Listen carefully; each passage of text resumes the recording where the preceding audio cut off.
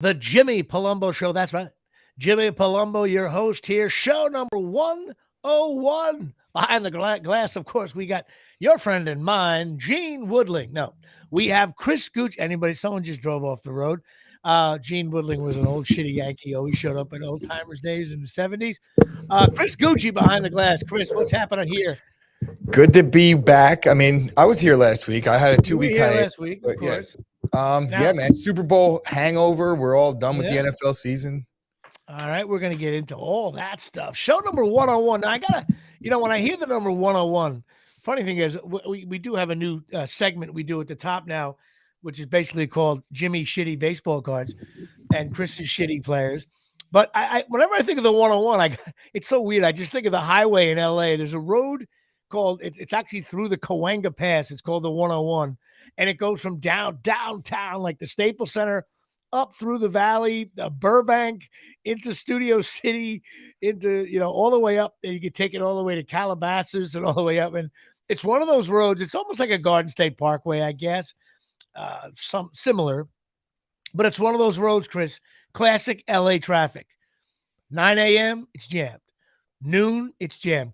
3:30 in the morning, you get on the 101. I wonder if that's the road that Larry David takes in the Carpool Lane episode where he goes to the Dodgers game and he picks up a hooker just so he could ride the carpool lane. I don't know. I don't think the 101, maybe parts of the 101 have a carpool lane, but that could be the 5 or the 405. The bottom line is, no, that's probably the 5 to the Dodger game. But it's just one of those roads when you live in LA, you're just always on the 101. You got auditions, you got to go to Burbank, get on the 101. My buddy Mark DiCarlo lives off the 101 on Barham Boulevard. Anyway, I don't know why I'm bringing this up. When I hear the number 101, it would be like if we were show number 17, I could have mentioned Route 17, or show number 9, you mentioned Route 9, one of those things. Show number 34, we got downtown Matawan. That's right. Because you are coming from downtown Matawan. Of course, I am coming from the shitty kitchen studios of Jimmy Palumbo here in downtown Mahwah, New Jersey. Those of you scoring at home, get on the Parkway. When it ends, make a left, and that is in Mahwah. So my guy is in the shitty baseball card game, a guy you definitely don't know. I remember as a kid, my uncle hated him because my uncle was a catcher. And he is Johnny or John Ellis. They called him Johnny on the thing. Johnny Ellis. Now, I thought Johnny Ellis was one of those guys. Now, again, back in the day, when you played for the Yankees or Mets, right, and you got traded, when you're a little kid, you assume the guy just died or he just went away like to prison. And then you find out later on that he went to a faraway city, Cleveland. And before ESPN and the internet, when your guy left your city, it was like you didn't read about him. The only time you got to see him again is when he played a series in New York, or vice versa. Right. So Johnny Ellis ended up playing from 69 to 81. I didn't realize he played that long. He played for 3 teams: Yankees, Cleveland, and Texas. He's a Connecticut boy. He was a catcher, and he was also look at how let me try to get clear view there. Johnny, we called him Johnny Ellis for some reason. Now, his first game with the Yankees, he hit an inside the park home run, which that makes me laugh. He also caught a 2-hit shutout by Stan Monson. So another guy's driving off the road right there. He was Durbin Munson's backup because Munson had just kind of established himself as a starter. So he played first base and catcher. He was just okay. He batted .260, kind of a journeyman backup, kind of a guy that would be valuable now. DH, first baseman, backup catcher. Usually don't get that 3 there going. He was also Cleveland's first DH ever. That's an odd thing. And he also was involved in a huge trade for the Yankees. The Yankees traded him for Greg Nettles, who became a fixture for 10 years at third base and one of their best third basemen. So he played with the Yankees from 69 to 72, then Cleveland from 73 to 75, and then Texas from 76 to 81. After baseball, he got involved in real estate. His kids played college ball. One of them had a cup of coffee with the Texas Ranger system. But sadly, I didn't realize he had lymphoma, and it was good for a while. But in the end, he died at 74, 2022. So he died about a year ago. And so Johnny Ellis, average Yankee from the 70s who was at this next up on my baseball card list. And these were the guys that were readily available. And you completely got like this guy was in my spokes. He's a Like, you know, common. back That's what they call commons, a a base common. card, This was a base a card. common card. You ate the gum, and you usually, if you bought 10 packs, you got like 7 of these guys. And he ended up on my spokes. So that's it. Johnny Ellis. Now, who do you got, Christopher? I got a former first baseman, a lefty. He was not ever a Yankee, so I think that's where I'm going to go with this. Maybe I'll sprinkle a Yankee here or there, Okay. but I don't know if you remember him. He played against the Yankees in the World Series when he was on the Diamondbacks, but he was just coming up. Rubio Durazo, a I do not know who Mexican-born that is. baseball player. So interesting thing about Durazo is obviously he won a World Series with the Diamondbacks, beat the Yankees, but he wasn't really Was he a that. starter or a bench guy? Well, with the Diamondbacks, he was a bench guy, but I think by that time in 01, he was coming up and he was basically in a platoon. He would face righties down the stretch, and then they would have a righty that would face the lefties. So he was a lefty first baseman. He ended up going over to Oakland after the 2003 season, and in Oakland, he batted career 290 hitter. His final season, he only played 7 seasons. In his 6th season, he batted 322 with 24 home runs. The next year, he only got 81 at bats, and then he never played again. That's so. You know what? I love this, and I've done these kind of where are they now things. I'm always blown away. Usually 9 times out of 10, if a guy plays over 5 years, year 4 and 5, it's like 260 and then Exactly 225. You know, there's like a real decline, right? Like Rizzo and Gallo should be, where you know you just go, wow, this guy can't hit ever. And but a lot of and then you're like, well, this guy. Can you imagine a player right now? Say a guy on Cleveland right now batted 295. He's definitely playing the next year. And now, did you read up? Is there any injury? Maybe there was. That's what I'm looking for. I'm actually looking for it right now. I don't see anything, and I would imagine that he's probably on a ranch in Mexico somewhere right now. Right? What was his lifetime batting average? Do you have 282? That's unbelievable. 282. He played 6 years, and he was a part-time player for the first 3. He was a good player for the A's. He was one of those, I guess you could say, Moneyball guys, where he was high on base percentage, didn't strike out much, and he had decent power. A lefty first baseman. Did he end up internationally playing in the Mexican leagues, or where have you gone, Rubio Durazo? That's crazy. He is. Wow, it was saying right here. Because usually those guys, they go on to play in their hometown if they're from a South American country, and they linger on. But it's still, he played 6 seasons, so that's, he did go and play in Mexico. So I guess he decided to just say, hey, I'm done with the MLB. I'm going to go dominate.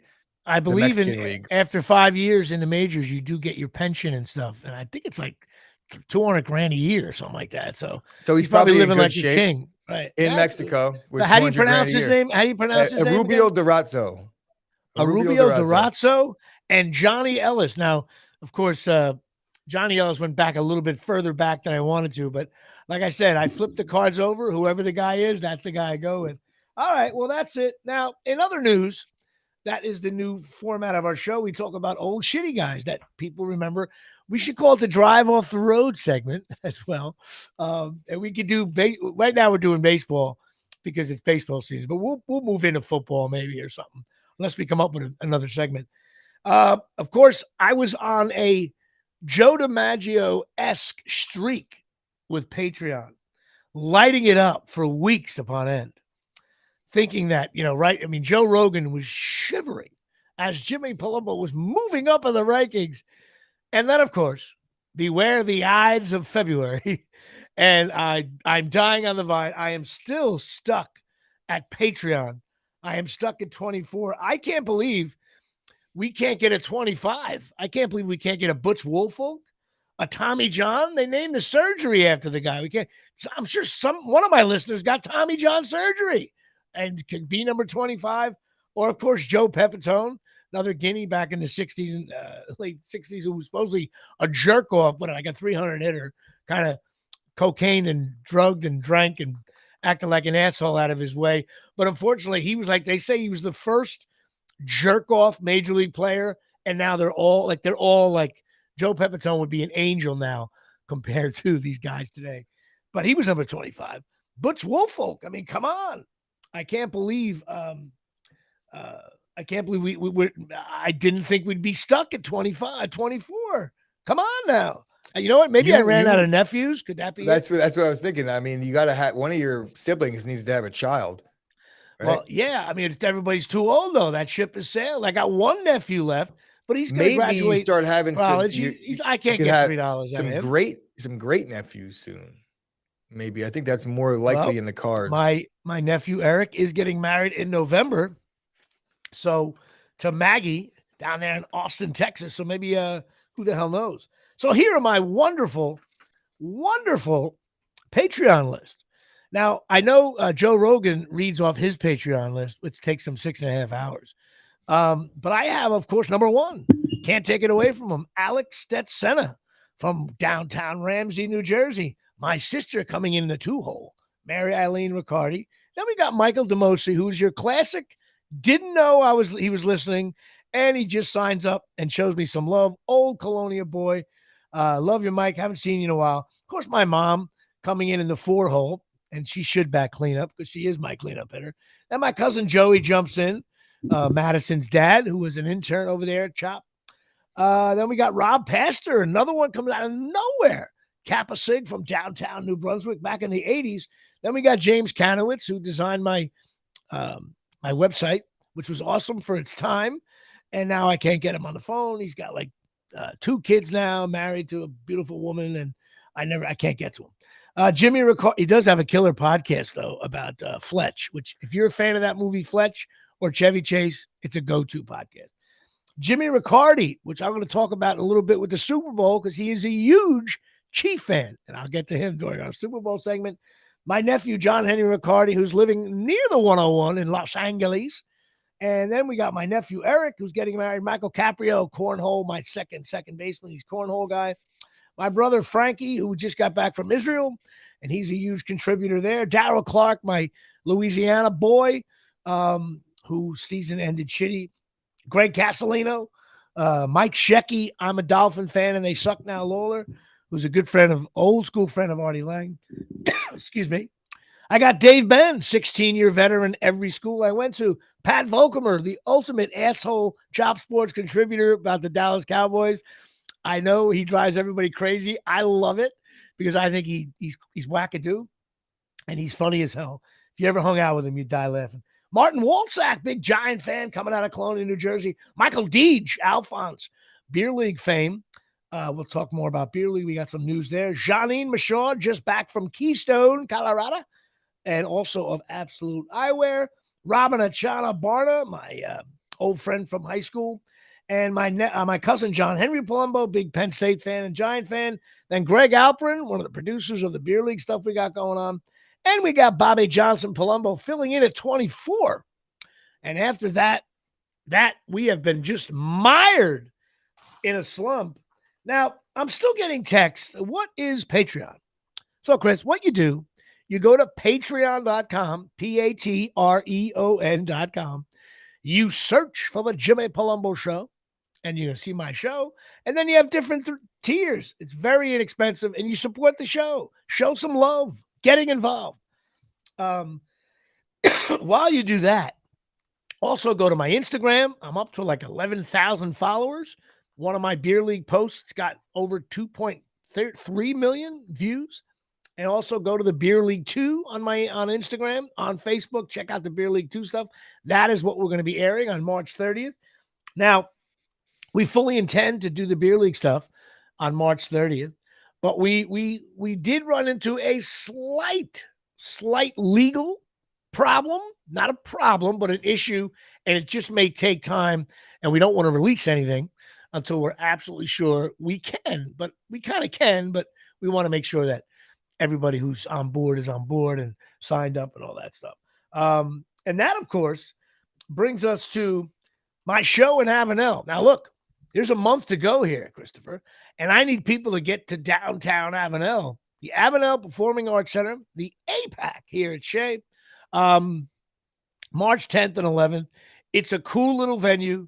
You can go down there. You can eat there. There's a restaurant called Curtains where my good buddy Nolan is um, bartender there. So it's all right in the same facility. You can eat, drink, and walk right over, not walk across the hallway. It's right there. It's part of the same building. The room holds around 200 seats. It's really a nice place to see a comedy show, I think. And afterwards, you can hang out with me and drink. There's also a big pizzeria right across the street. I think it's called, oh man, Dave's going to kill me. I think it's called Three Brothers or Brothers Pizzeria right there in Avenel. I'm blowing the name. I suck. Dave's going to be pissed off because that's where he ate last year. Really good pizza. Portnoy actually rated it and all that stuff. So there's all kinds of things to do. And then the bar's open all night. So you come, see me, say hello. I want to send this to all of my Colonia people, make it a reunion tour. I saw tons of people I haven't seen last year in a long time.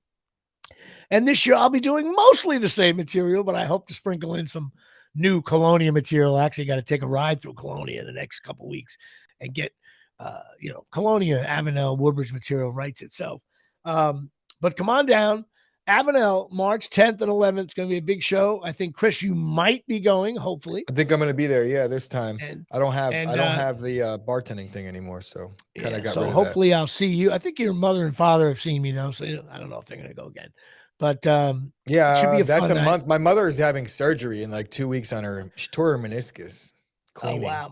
My mom is actually getting some surgery as well. And so we wish our moms well, because without our mothers, we suck. And you know that.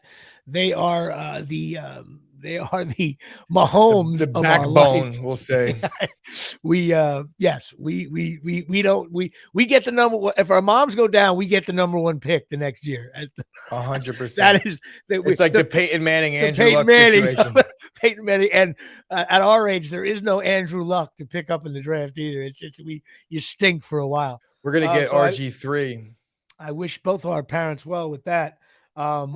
Which brings us to Absolute Eyewear, 42 Main Street, Woodbridge, New Jersey, 732-326-3937, 732-326. Eyes. Oh, yeah, look at that. The timing. You were ready for that one. Although I completely I threw that right to it. That was like a top. You looked up. You were like, I looked at you. I have to make sure. I get worried about you sometimes. Go check out Absolute Eyewear. They're opticians. They got everything over there. They're a full service place. Go talk to Craig and Johnine. Look, they're closed on Wednesdays. Why? That would be softball day, of course. And they're closed on Sundays. Why? Well, it used to be for Giant football. Now it's just for R&R. Now it's just for R&R, relaxation. Right.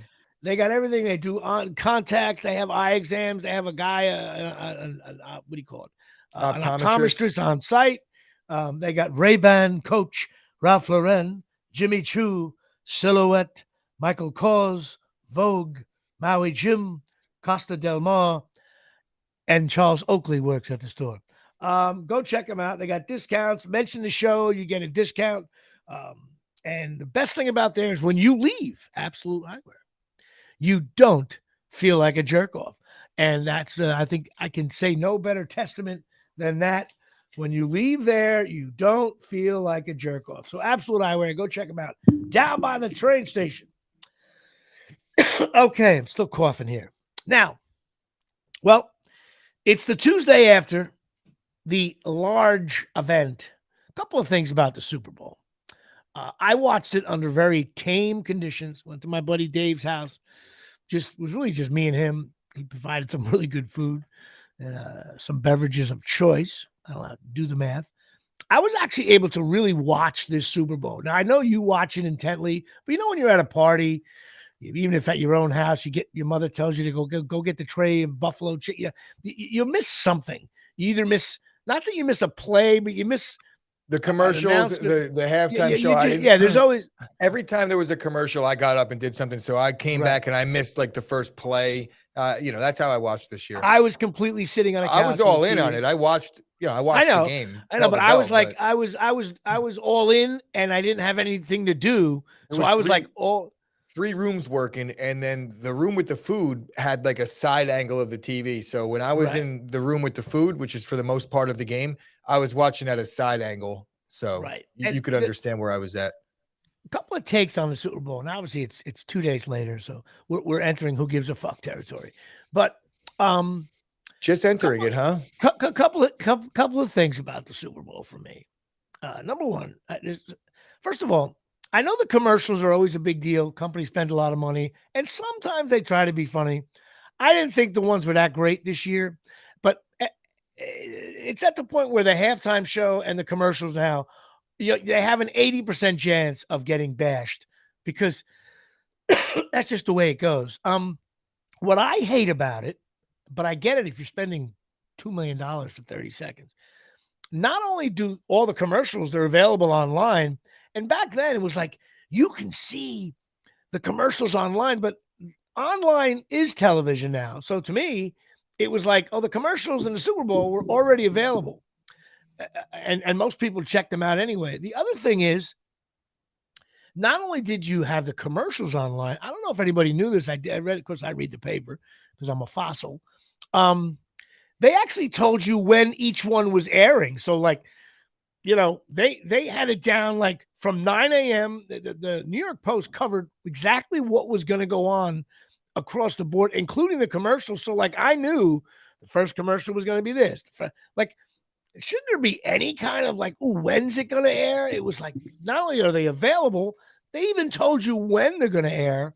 And I guess, listen, when you write a check for, what is it, $2 million a spot, whatever the hell it is, you should be able to do whatever you want. But to me, it takes away the luster. So that annoyed me. I would say that if I ever found luster in that, then I would agree. But to me, we could chalk this up to one of those things that I do not give a shit about. When it comes to the Super Bowl commercials, there's usually one or two good ones, and much like the ESPYs, the Oscars, the Grammys, you could get all that information in 1 second as soon as it's over, and it'd say, "Hey, these were the great Super Bowl commercials." And then I do what you said, only I do it after the fact, and I say, "Oh, let me watch this Hooli one. That one got me." The one that I thought was good was the one that was like it spawned a reaction immediately. That's what's going to stick out. And I'll never download their shitty app, but I thought it was a good commercial where it made it seem like someone sitting on the remote. And all of a sudden it started making a change. I was like, what's going on over here? I right away looked at my father like, yo, because it's usually I did the same thing, which somebody is, that doesn't know what they're doing. That was cool. But I don't remember the ad though. I just remember the moment. Like I said, I did get caught up in that Toomey shopping app. What's it called? Not Toomey. Tubi. What is it called? That was the commercial. No, not the shopping app. I have no idea. No, there was one for a shopping app. Toomey, and it was like, it looked like you can buy a dress for $9.95, which of course that's not going to be true. I wanted to check that one out. But okay, Jimmy, you're in the market for a nice dress for no, they had shirts and all guy stuff and all that crap. Yeah, I'm gonna buy a dress. You should at this point I should. As an actor, I'd get more if I started wearing a dress. And I could probably run for office. Actually, I could probably. I said, did you decide on your pronouns yet? No, listen. If I choose a different pronoun, start wearing a dress, I'll be instead of going for Joe Rogan, I'll be up against what's his name, Jenner. The other thing is, and we'll get to the game in a second, something that annoyed my soul. You cannot have a game where there are $16 billion worth of bets going on through legal apps. I'm not talking about Vinny Boombots on the corner. And there's still a lot of that going on. Don't kid yourself. And have a field that Colonia High School has a better field. Okay. The players were, they coated it with green and the ink to say Super Bowl, which I thought it didn't even look clear. It was shitty. And then players were slipping. Every player was slipping. I find that to be the most outrageous thing. Now, I know it's even.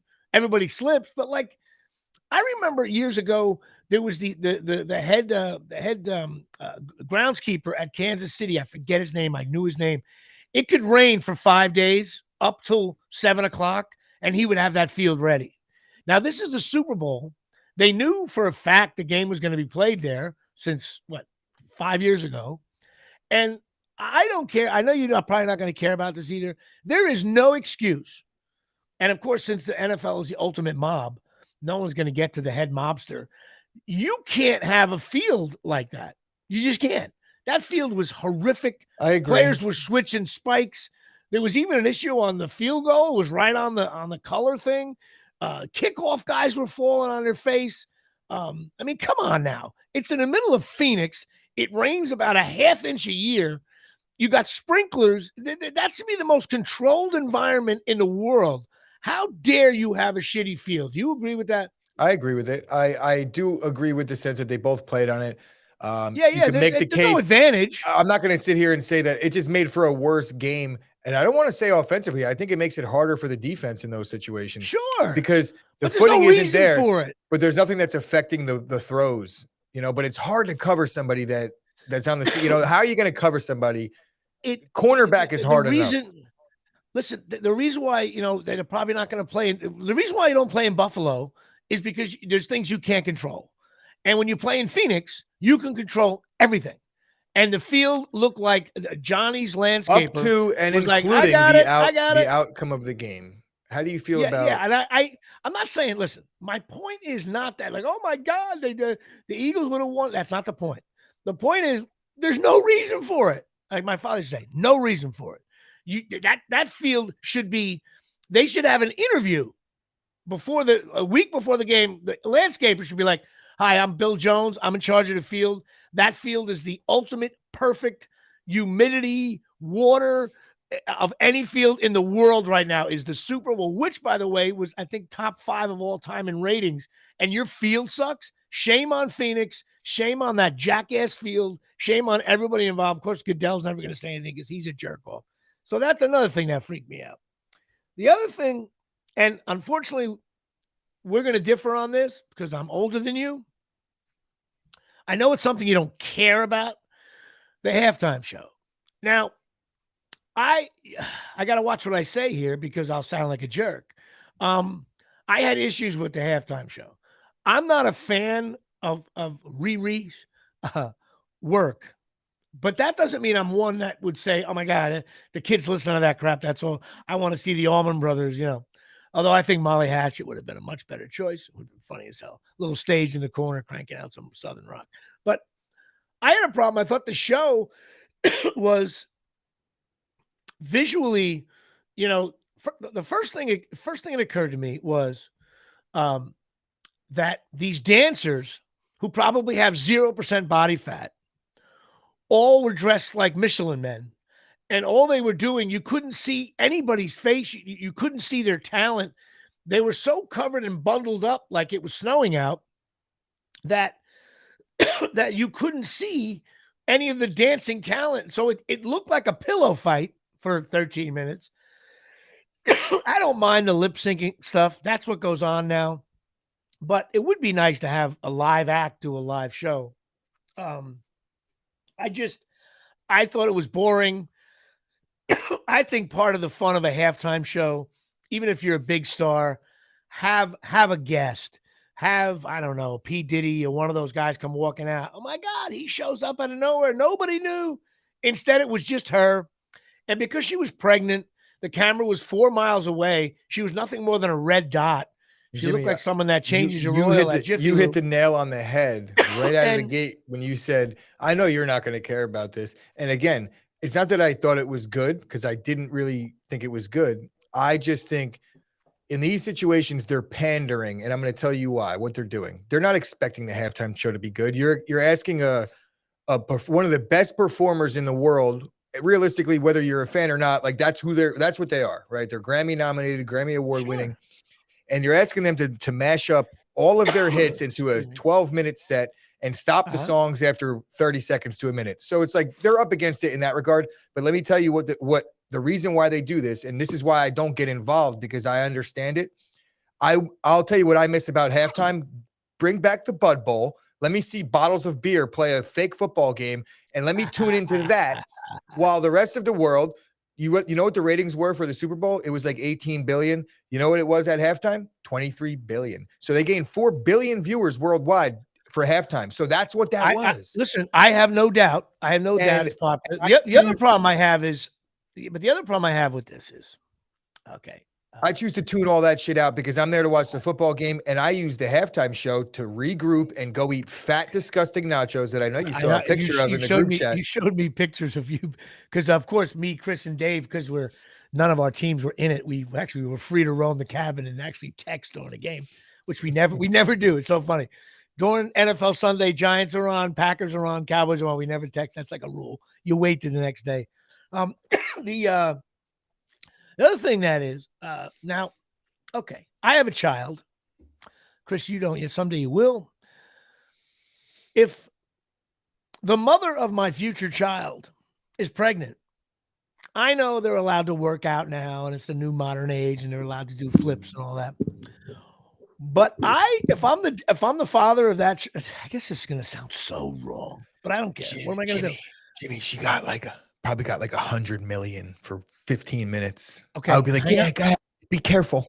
Be careful. Be careful. And I'm gonna put you 45,000 feet in the air. What are you doing up there? What if there's a malfunction? What if something goes wrong? You're way the hell up there. Are you kidding me? I would be like, hey, honey, I know you want to do the show. And supposedly, by the way, she did not make a lot of money because they have to pay for a lot of stuff. I don't know how true that was. What are you doing? What are you doing 80 feet? I can promise you it's not. What do you if you were the father of that child, I'd be like, honey, you can't. You're with child. You can't go 80 feet in the air. You can't perform. You shouldn't do that. I could see if it's a very quaint thing, sitting on a stool, strumming your guitar, and you're 4 months pregnant. God bless America. You're way up there swinging in the wind. And now, what was with the red? What was with the red? Was that like devil stuff? No, I'm just going. I'm taking it full. No. I'm taking it full. No. I'm kidding. I thought maybe there was a little R in the corner. Maybe Riri was a big Rutgers fan, but R would have stand for. But I did Rihanna. see the that out on the social media where it was like, of course, the symbolism is there, the satanic symbolism when you see, and it is there. I mean, like, I don't get into all that stuff, but she wasn't in a halo and wings, we'll say. I just didn't like the halftime show, but I because I thought it was visually unappealing too. I don't think it was shot well. So shame on the Fox people. Hey Jimmy, I'm going to take your word for it on this one. All right, you didn't watch it, of course. You were pigging out. But listen, was it mission critical? No, not at all. And as a performer myself, if she made a ton of money, good for her. Now let's talk about the game. Couple of very funny things for me. Scarlet Knights. That's why I'm wearing the red hat today. I can't believe this guy Pacheco, who I watched at Rutgers. I think Pacheco won 7 games at his time at Rutgers, okay? The 4 years. He was a tough running back. We had no line, no receivers, no quarterback. We had nothing. And he used to run hard. And I was there at the games. I'm like, this guy's running hard, Did I think he was going to make an NFL team? No. I thought maybe practice squad because a couple of backs. Rutgers had a couple of backups over the years. Also, guys like Gus Edwards, who played at Rutgers, who also ran hard. He ended up being a pretty good player, still is for the Ravens, or he might have just left them now. And here comes Pacheco. In preseason games, you had Andy Reid saying, love this guy. We wanted to draft him, And Pacheco had, not that he had he only had about 77 yards, but he had a couple of big runs. No, all year, and specifically down the stretch, Pacheco was the dude for KC. His yards per carry was like 6 yards per carry. Yep. Tough yards, seeks contact at the end of the run, which she'll stop doing after a year or two. I could guarantee you that if he wants to last. But right now, as a 7th round pick, everything that you could ask for, Rutgers kid, you got to love it, bro. Rutgers, and he's a good kid. He's actually positive about Rutgers. And, as long as he doesn't punch anybody in the face, like Ray Rice did, maybe he can go on to be a little bit of the poster boy for the Scarlet McKnights. The other thing, which I got a kick out of, I said it was one of the worst trades ever because we got in the podcast world, we traded this guy for like a microphone. No, it's and like, a garbage bag. Hey, Chiefs, we'll give you Kadarius Toney. All you got to do is kick us in the nuts. Call it a deal. That's what we got. Deal. I think we got a 6th round pick of nothingness. And a swift kick in the nuts for Kadarius Toney. And for nothing. Now, everywhere I read is that first of all, I thought when he was healthy and he was on the field, he was awesome.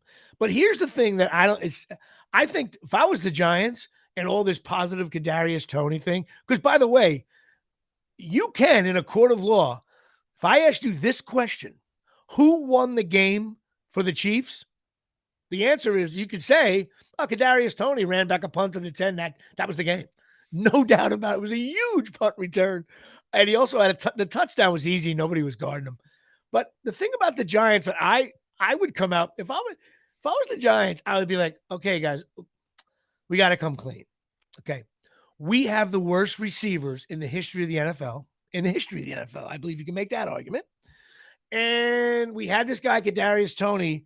He was actually healthy for 6 weeks, but we didn't play him because blank. I think the Giant, if I was the GM, Shane, I'd be like, I'll tell you why. He was a blah. He did this. He did that. Like, just say this is why we got rid of him. Instead, it's like, we wish him well. We took that 13th round draft pick. And he couldn't say we have wide receivers. Not a money thing. You can't say it's a wide receiver thing. I think there was beef with him and Dayball out of the gate. And Shane and Dayball come from the same place, and that's Buffalo. And they were, look, this is not our draft pick, not our regime, but you know what? Outshines all of this in the NFL. And I think it was for all the credit the Giants have gotten this year on the rebuild and the turnaround, that's going to stick with them, I think, for a little bit as Kadarius Toney becomes an all-pro. Okay, but here's another problem I have with it.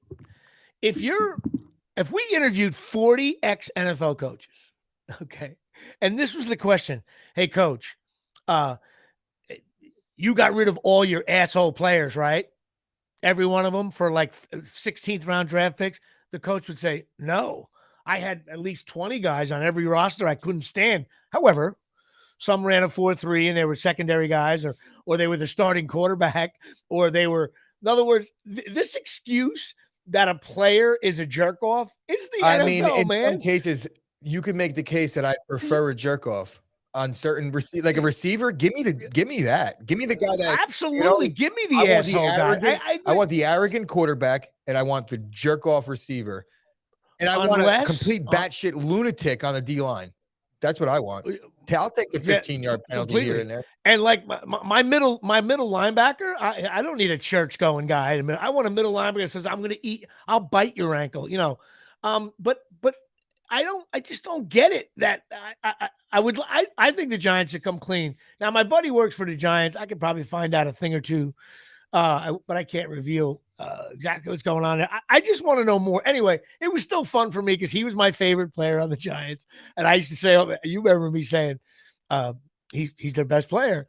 And every time he played, nobody could cover him. And I think like next year, if he's healthy, and he has trouble staying on the field, there's no question. Even this year, he had trouble staying on the field. I think he could be a big time player. So between Pacheco and Kadarius Toney, I had some fun with that. Now the game itself, classic NFL scenario. And you know this from being a Packer fan. I know this from being a Giant fan. Is there anything worse when you're watching a game and like a boxing match, your team is kicking the shit out of the opponent and you look up at the scoreboard, you're dominating. And you're like, ooh, it's only 13-3. It's only 13-6 or 17-10. You're like, if this is a boxing match, every round is 10-8. Yeah, the first half, Philly completely dominated. If it wasn't for that gift of a touchdown on defense, it's a 3-touchdown game at half. But we can talk about, and we will talk about the lousy ref call. I thought it was a shitty call. But here's another thing, and this is the argument against any Eagle fan. Every possession in the second half from the Chiefs resulted in points. There you go. So, like if you interview the defense coordinator, say, hey, guys, I'm so sorry you lost the game. Mahomes had a half a leg, and you didn't stop him once in the second half. That is a death. No team can survive. In the history of the league, has any team ever not made the other team punt and won the game? No way. No way. You got to make a team punt, fellas. It's called 3 and out or a couple of first downs, and you punt. I know this. I'm a Rutgers fan. Our best player is always the punter because that's all we do. Rutgers punts, and the guy probably going to make the NFL, probably the best punter ever. He's the best college player ever. Make another argument you can make because all I know is when he punted, the other team started at the 7-yard line.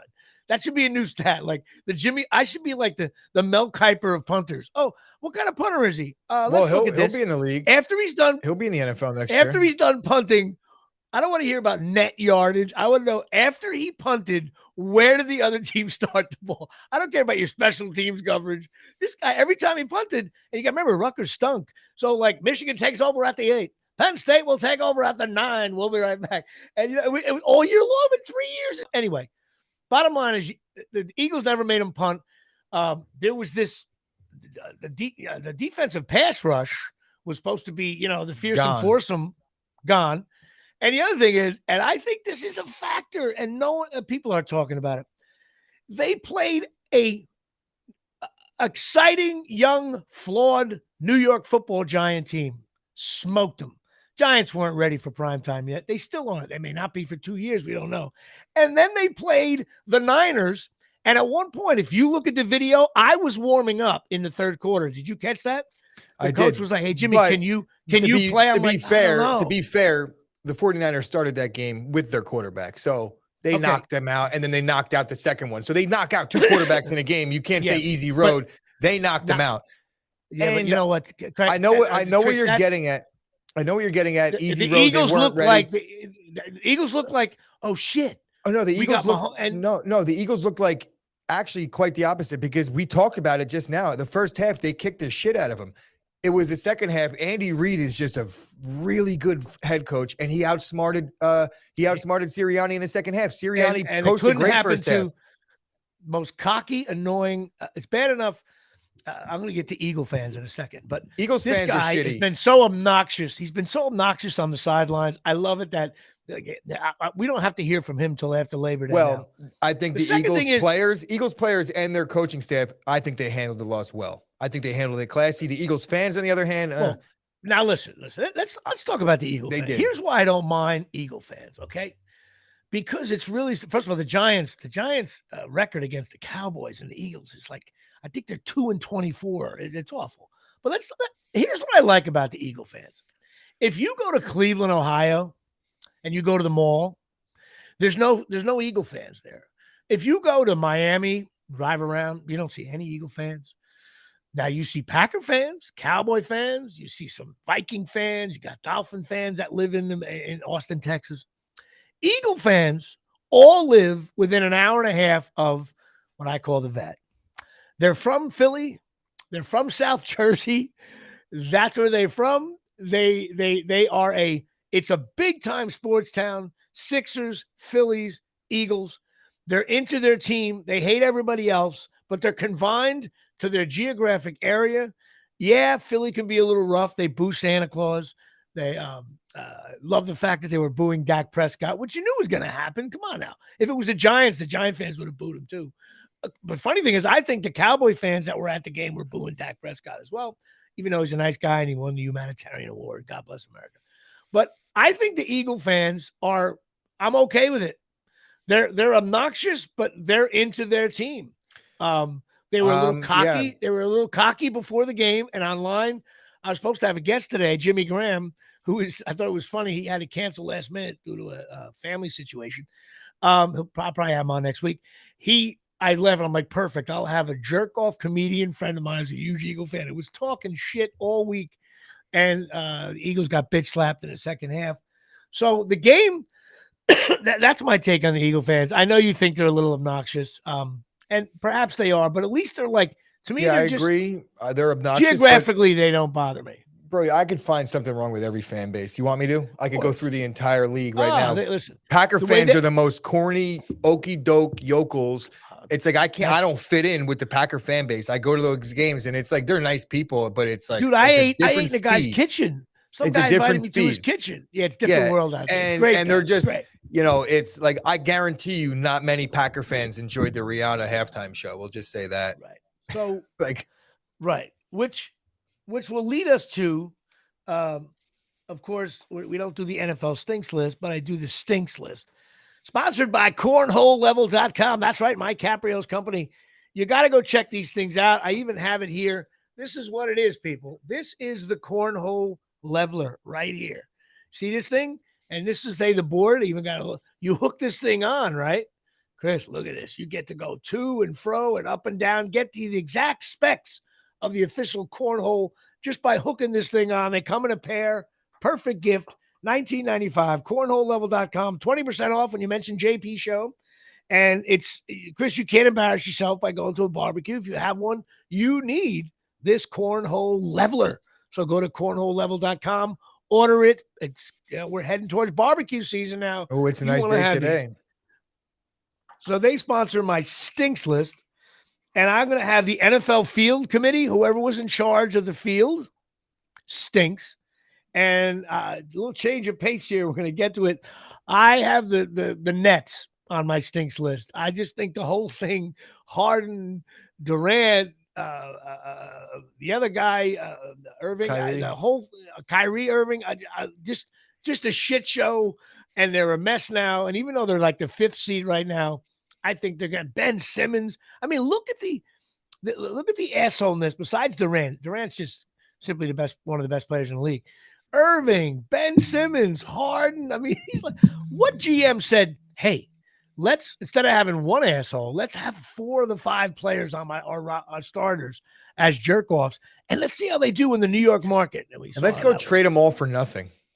And then they got nothing. And this Ben Simmons thing, I don't want to mock out his mental health because I think it's an issue. I think it's a farce. But part of me is like, hey, he stinks. Yeah. First of all, if we played horse right now, he wouldn't beat me. And he's making what, $70 million a year, the guy? Look, he plays 13 minutes. He's a bum. From what I've seen with the whole Ben Simmons situation, and again, I also don't want to comment on someone's mental health, but I think it's a crutch. Yeah, I don't want to do that either. They were offering him this or that type of treatment, and he was turning it down. There was a lot of things going on there. To me, it was an easy way to get out of playing when you're healthy because nobody could question it, and then you still get paid. That's what Ben Simmons was doing. He was doing I think it was some shady stuff going on. He was afraid to take a layup. I mean, you could call that mental health. I'm saying that you're not a good professional basketball player and maybe you don't belong in the league. Let me do this as long as possible and collect this $50 million. My heart does not bleed for Ben Simmons. As a matter of fact, what I'm going to do, I'm going to send Ben Simmons a cornhole leveler because he stinks. Yeah, that's a whole nightmare. So that brings us to that. Now, we're going to get back to NBA in a second. I'm talking a lot about sports today because Super Bowl, we'll leave it at that. I got some other stuff to chat about. I got to talk about my McScarlet Knights, Rutgers basketball. Lost 2 in a row. Indiana and Illinois, 2 pretty good teams. They're ranked close to each one of them, all ranked between, say, 20 and 30. But I did not like what I saw in the second half against Illinois on Saturday. Was something in the beginning of the year, I did make the prediction that Rutgers would not make the NCAA tournament. And I believe even now it's 6 games to go in the regular season. They haven't clinched a damn thing. Their inability to shoot the basketball and get it in the hoop, they did not score a point for 10 minutes. I don't think I've ever seen that, even at like CYO back in the 80s. I don't think a team has gone without scoring for 10 minutes. That is an eternity. And the thing that I always laugh about Rutgers, when they miss a shot, it doesn't just go, the shot is up and it is no good. The noise off the rim, you actually can't hear the announcer. It dung, dung. It clangs back, whereas a rebounder, you don't know whether to box in deep, short, because it's not just going to barely miss. It's going to clang all the way back to the foul line. And Rutgers got really smoked in the second half. Their defense is so good, they were actually still in the game. Their defense is so good that they didn't score for 10 minutes, and the game was still they had a shot. I'm a little disappointed in that. I'm concerned. They play Nebraska tonight, a must-win. Nebraska stinks.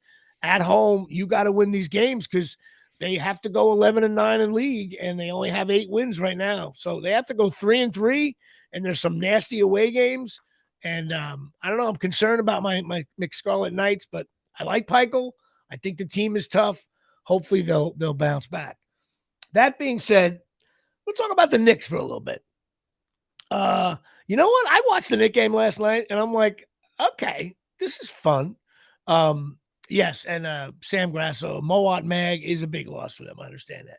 but still, you're acting like he's Spencer Haywood. Two guys just drove off the road. But Moad Mag is a big injury for Rutgers. Anyway, the Knicks. I tell you what, I watched the Knicks game last night. I'm like, you know what? I even actually got my phone out. I was like, who's in? What's going on? Like this guy Hart and Brunson. I'm like, and they got, excuse me, this other guy coming back, a good defensive player. I'm like, you know what? The Knicks might be with Hart and Brunson and Randall. The Knicks might be a fun pain in the ass for the playoffs. And then I looked at the rest of the NFC, the Eastern Conference, and I'm like, okay. Obviously you got the Celtics, they're a bear. But I'm like, you know what? I think the Knicks are one of the teams that could get hot and find themselves in the Eastern Conference Finals. I really think they can. They could also get, not make the playoffs. But there's something exciting the way they play. It looks like they're a little rejuvenated with this guy Hart. I don't know. I don't think the Eastern Conference is all that good this year. And I think the Knicks, listen, somebody has to lose, either the Sixers or the the Celtics have to lose before the finals. And you're not worried about the Bucks. You're not worried about. You know what? I just think like there's no one on the Knicks that's going to compare to what Giannis is going to bring to the table. They're going to have a lot to deal with. I'm telling you though, I said the Knicks, the way the Knicks look with their roster now, I believe the Knicks. I didn't say they were going to win, did I? I said the Knicks are going to be a pain in the ass. They're going to be a pain in the ass. I think they're going to be much better. A pain in the ass to their fan base as they get eliminated in Game 5 in the first round, if they even get to that far. I think that the Knicks have a chance, and right now, the way they're playing now, compared to other teams that they're bunched up with, the Knicks are looking like they're a playoff team. I'll give you that. But when it gets time to the playoffs, they don't have the star for me. They're lacking that one guy that they could go to. Yes, and Brunson's playing well, but I agree. But I also think, between Randall and Brunson combined, that might get you the one guy. I just think I'm coughing here. I just think the Knicks are going to be interesting. We shall see. I could be wrong. Which brings us LeBron James. He won the title. That was a foregone conclusion. Yeah, you knew that was going to happen. I can't stand LeBron because he didn't come to the Knicks. And it's impressive. I mean, Abdul-Jabbar did it, and now LeBron did it. I have to, points per game. I guess statistically, LeBron should have everything. And he has the most points scored. And if you look at, I think he's got another 2 seasons left, maybe ish. I don't think there's anybody coming up. I'll be a very old man. I don't think Durant can do it. He's too old. There's nobody. No, and even the guys that you could look at as the vets that have the potential. It's like a Steph Curry. He got a 3-year, like LeBron had a 4-year head start on Steph Curry. Steph Curry was a 4-year senior. So no matter what he's going to do, he started that at 22. LeBron already had 2 finals appearances when he was Steph Curry's rookie year. Kareem. So Kareem it's like, played 4 we're years talking about at UCLA. And there's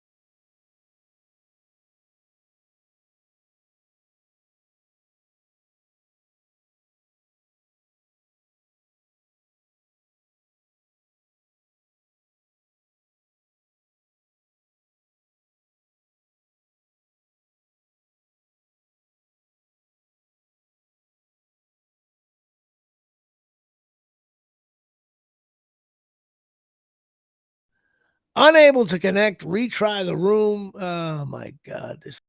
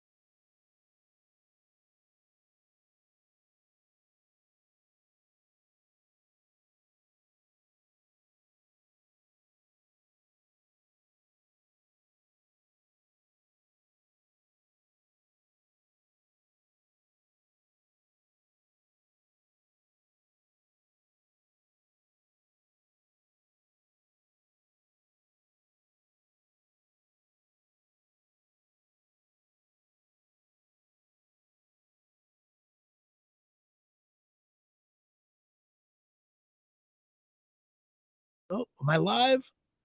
I'm back, I think, here at Shay. And I'm gonna see if I can get Chris. Um I don't know where we're dead here. No, don't no. Now I hear from my we died. All right. Sid Broadbent, we died. It froze. Log in again, Christopher. Maybe you're gonna show up. We could do something at the end of this here from the anyway.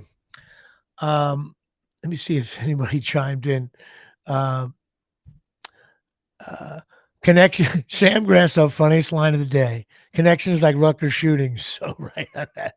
And Jimmy Palumbo, who is a very good defensive player, is shitting the bed here because I produced this show by myself. I mean, stick a broom up my ass, I'll sweep the place. And there's no sense calling Sydney now because we're an hour in. I'll wrap up the show by saying Yankees started pitchers and catchers. And I'm watching the show Last of Us. I'm loving that. And I love the show Your Honor. I saw a great documentary on Gordon Lightfoot. Check it out. It's an odd one. I didn't know half the shit about him. A lot of people like me are into music documentaries, and this is one. You'll know a lot of his songs, you young kids. But really cool documentary. You should check that out. And don't forget Pine Tar Bar and Grill down in Forked River. Go check it out. And also Chasing Miracles. Go to chasingmiracles.com. Go check out your hydration packs. You put them in a bottle of water, shake it, drink them up. You get all kinds of trace minerals, increased strength, stamina, and overall good health. Go talk to Donna and Tommy. They'll walk you through chasingmiracles.com. They're good people. They'll love you. Also, check out Lisa Ruane, my therapist. Not my therapist, but a therapist at 201-725-1251. Give Lisa a call. She's cool. She'll help you out. Many people need help with that stuff. And that's it. I'm going to sign off on this show. Sorry for the technical difficulties for the second time in 3 weeks. And yeah, I'm pissed. I paid too much for this. Peace.